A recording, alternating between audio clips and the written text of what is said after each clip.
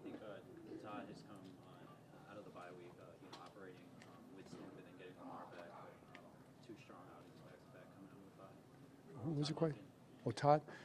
Yeah, I think we've done really well. I mean, it's two good games, so obviously getting Lamar back is a big part of that, but everything is really a big part of it. And even through the weeks where Lamar wasn't playing and with Tyler playing and before that with Coop, I mean, you're just still trying to get better at everything you do, trying to find yourself offensively, what direction do you want to go with the guys you have. And it's an ongoing process through the whole season, I think, with every team. That's just part of it. You're never the same team at the end of the year that you were at the beginning of the year. You continue to grow, hopefully, in the right direction. That's what you aim for. So we're just trying to do that. John, what kind of challenge does Minnesota present with what they do with some of the blitz schemes and so forth, and how do you combat that? Yeah, they just keep it moving. They game plan. So you're going to get certain things different ways. They're going to run their blitzes. They're going to run their simulated blitzes. They're going to run their bluff blitzes. They're going to line up and play too. They're going to disguise coverage. They're going to be split safety a lot. They have been. Protect themselves against play action pass and things like that. And they'll do it by showing blitz, or they'll do it sometimes by showing heavy box and running out of it. And things that people do in the National Football League, we do the same kind of things as well. I also think but they give you a lot of different pictures, so you've got to sort the pictures out. And then also you got to deal with the fact it's going to be loud. I think at home, that's something that they really play into, the idea that the offense is going to have a tough time communicating and see if they can get the offense on their heels and get them discombobulated if they can. And we're going to work real hard to not allow that to happen. Do you do anything in terms of that? Obviously, I know you pump music in here and stuff. Are you doing anything indoors to ramp it up? Is there anything you can do to kind of get close to that level indoors? Yeah, it's pretty loud today. Did you guys hear it in there, in the office there? You could hear it? How many times did you hear the horn today? Yeah, the horn. The horn was blowing today. And it was loud. We turned it up as loud as we could. I can't imagine it being louder than what it was today. So, yeah, we do that. But really, it's the way we build the plan as much as anything in a way that we can operate effectively. And that's the challenge. Everybody faces it. And if we can handle it, you give yourself a leg up. John, you asked a little bit on Monday. You talked about J.J. McCarthy, studying him a little more. What most impresses you about him? What gives you the most challenges? The biggest thing about J.J. that I've watched over the years is the guy's a fighter. He's just a real fighter. He's a never say die guy. He never says die within a play. He never says die within a series. Never says die within a game.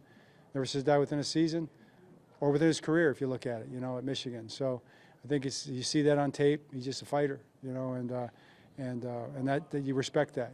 So he's a young quarterback, but our focus is really just playing defense as well as we can. They've got a lot of weapons. They got arguably one of the best. A lot of people say the best receiver in football. They've got a great receiving tight end. They've got and then those complementary receivers. Number 3 and number 1 are really good too. So they've just got weapons. Their backs are really good. They've got their back, Aaron Jones back now as well. They got their physical back.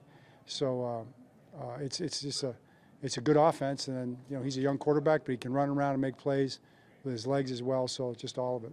John, just talking about your defense. Do you feel like they kind of turned a corner given how things started? Who's that? The defense. Given how the season started to where they are now. I don't really look at it like that. I mean, I think that's kind of a good narrative to talk about, but we're just trying to get better all the time, just trying to improve all the time. So, we were playing good defense before, but there's a lot of things we had to work on. We're playing, our statistically better defense, but to me, there's still a lot of things to work on. And if you ask those guys, they'll tell you the same thing. They're just trying to work on every little detail and be as good and as physical and as disciplined, as detail-oriented, as we possibly can be, and then, go play hard, go out there and let it rip, and then let the chips fly. Every day is kind of its own, but to let come out, help have a bye week and have everybody that can practice be out there practice. How satisfying is that? Well, it'll be satisfying if we win the game and play great football. That's really the result is what you feel the most satisfaction with. But it is something that I think is definitely notable. I mean, it's different, and it's a good thing. Okay. All right. Wondering, sorry, Yeah. you heard Craig Alvarez, Orioles new manager, he mentioned you as one of the guys that, based on your leadership and how you adapt to the players, and that's only he's kind of lived up to his goals. Oh, really? Great, great. Are we looking for my tickets? You know? No, just congrats to Craig and congrats to the Orioles. We had a lot of respect for the organization there. We follow them. They're friends. They're over here. I see them in the cafeteria a bunch of times. You know, they meet with Eric and they talk strategy. And I've always had great relationships with the managers there. You know, ever since I got here, just love all those guys. You know, Buck was amazing, and I don't know.